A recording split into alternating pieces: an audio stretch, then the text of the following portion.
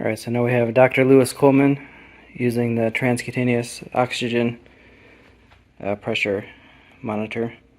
And right now it's just calibrating to the level of oxygen pressure in his skin.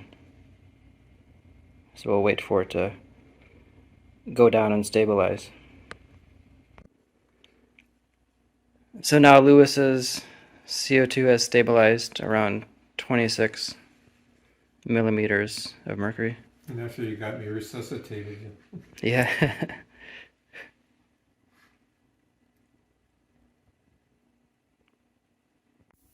So now Dr. Coleman's gonna breathe some CO2 enriched air, and you can see that the levels at when we started was at 35, and we'll see if it increases or not.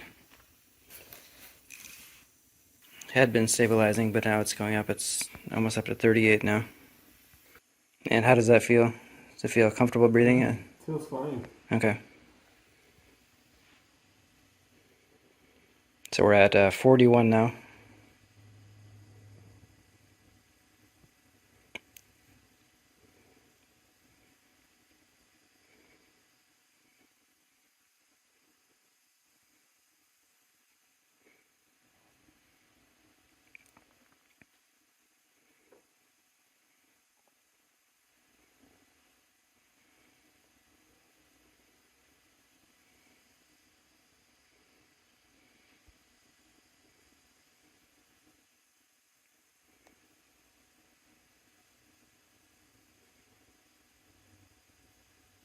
So now we're at 45. So it's gone up 10 points in just a little bit over about 2 minutes. About what happened with you, right? Yeah, it did, yep. Very similar. And it's still going up, so we'll see where it goes.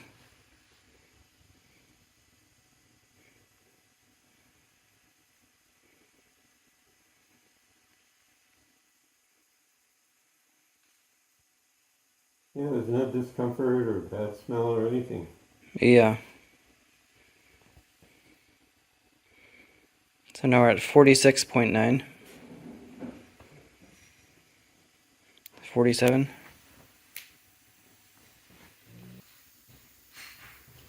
So now we're about 49.3, 49.5. It's going back and forth between 49.3 and 49.5.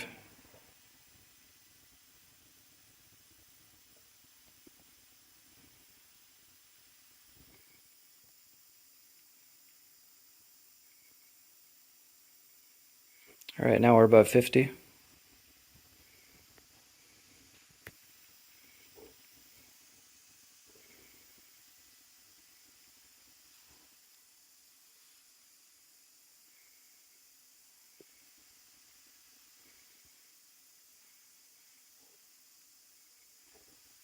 Still, I mean, I can't tell any effect. It's not giving me any urge to breathe. Really? Anything.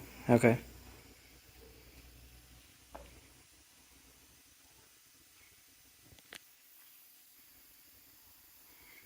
Seems like your respiratory rate has gone up some. I have. But I mean, I don't perceive it. Mm-hmm. So now we're at 53.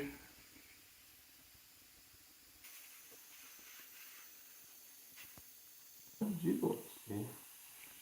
50 something. Now you're up to 60, 62, 61.3.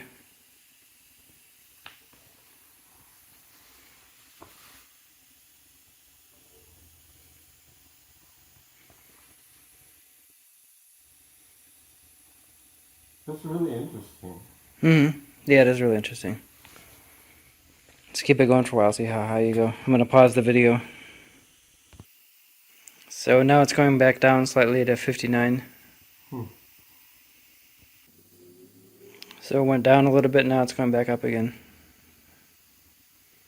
About 58 now.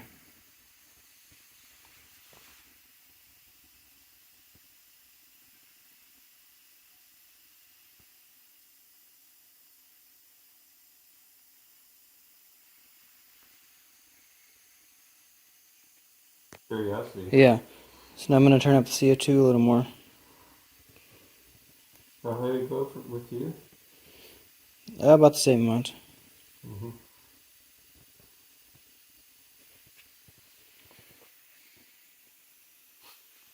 Do you feel a difference? Not really.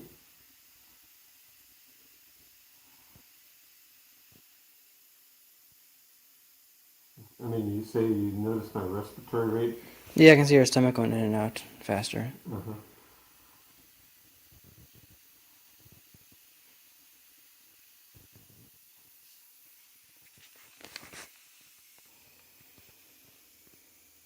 You know, actually, I'd like to send this video to this woman that has the interstitial. Mm-hmm.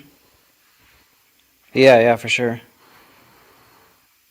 So this is, he's not just getting more oxygen in his arm, it's all over, in all the organs in his body, everywhere in his body, his brain, his heart, everywhere. So now it's above 75 now. Wow, It's been climbing really fast. it's really dramatic. It really is, yeah.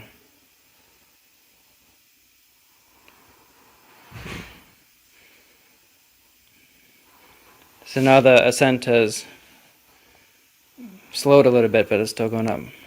I mean, just think. I mean, it's not. You're not breathing more oxygen at all. Just Right, you're just breathing more CO2. just plain old room air. Right, exactly.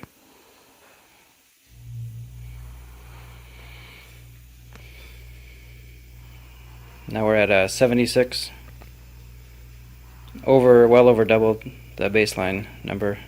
Mm-hmm.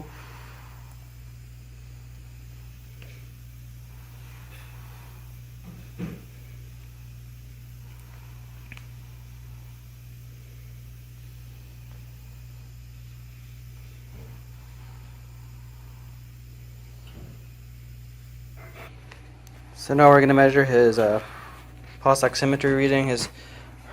His oxygen saturation is actually at 98%, 99%, and his heart rate is at 78 beats per minute, 77. So your oxygen saturation is pretty high. I'm kind of surprised by that.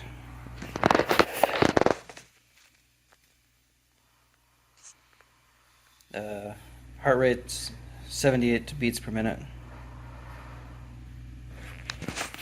None of that's surprising. Yeah, I thought maybe the oxygen saturation might be a little lower when you offload the oxygen.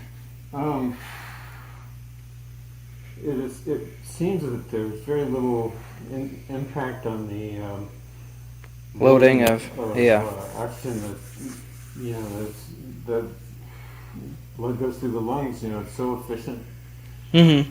that doesn't really change that much. Right. Yeah. It's evidently based on this. But it does make a big difference in the release of the oxygen. Right. So it's double benefits there. So still at 98, still at 77, 78 beats per minute, and you're hovering around 75, 76 millimeters of mercury for the oxygen pressure. Starting off, what was it, 33, 34 about? Your baseline was about 33, 34, around there? I think so.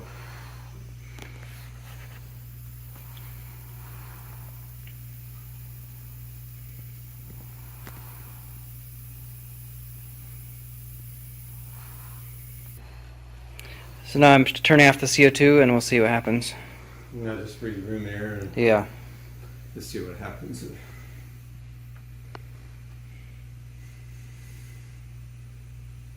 Now Dr. Coleman's breathing room air, and you can see it's the oxygen levels are going down.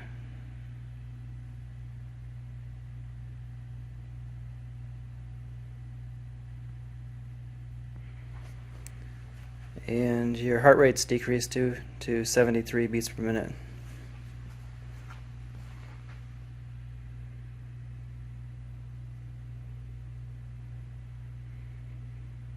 So now we're at 68 from a high of 77 approximately, or 78.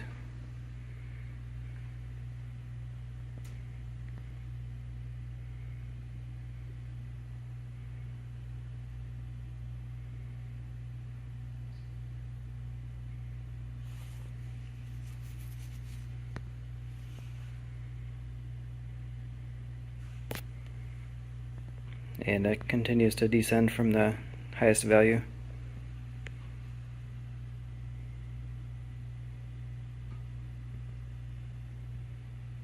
Hopefully we can show over time that your baseline will increase with repeated use of body stream or breathing carbogen or something. That there's actual changes taking place in your body.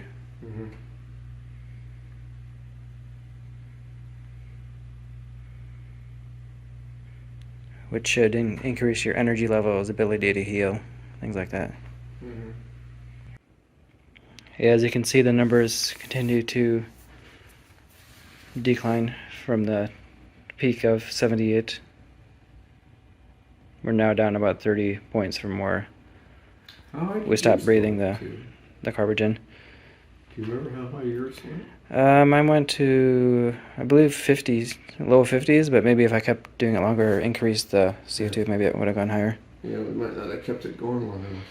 No, I increased yours quite a bit more higher than what I was breathing. It wasn't unpleasant. I was surprised by that. Mm-hmm. Yeah. That would be, I guess it did make me breathe a little bit harder. Right, you can see it in your stomach going in and out faster.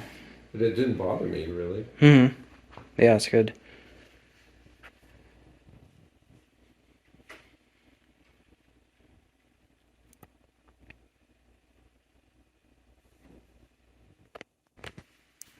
So now the descent is slowed down, so the effects are persisting a while after he had stopped breathing the CO2 enriched air.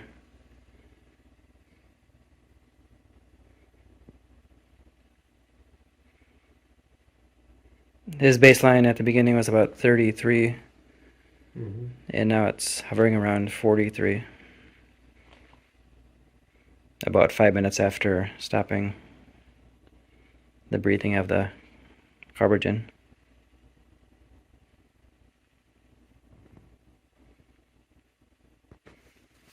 So it's the last few minutes been stabilizing around 42. Let's check the heart rate and pulse oximetry. The heart rate's down to 68 now, and the SpO2 is at 95 actually.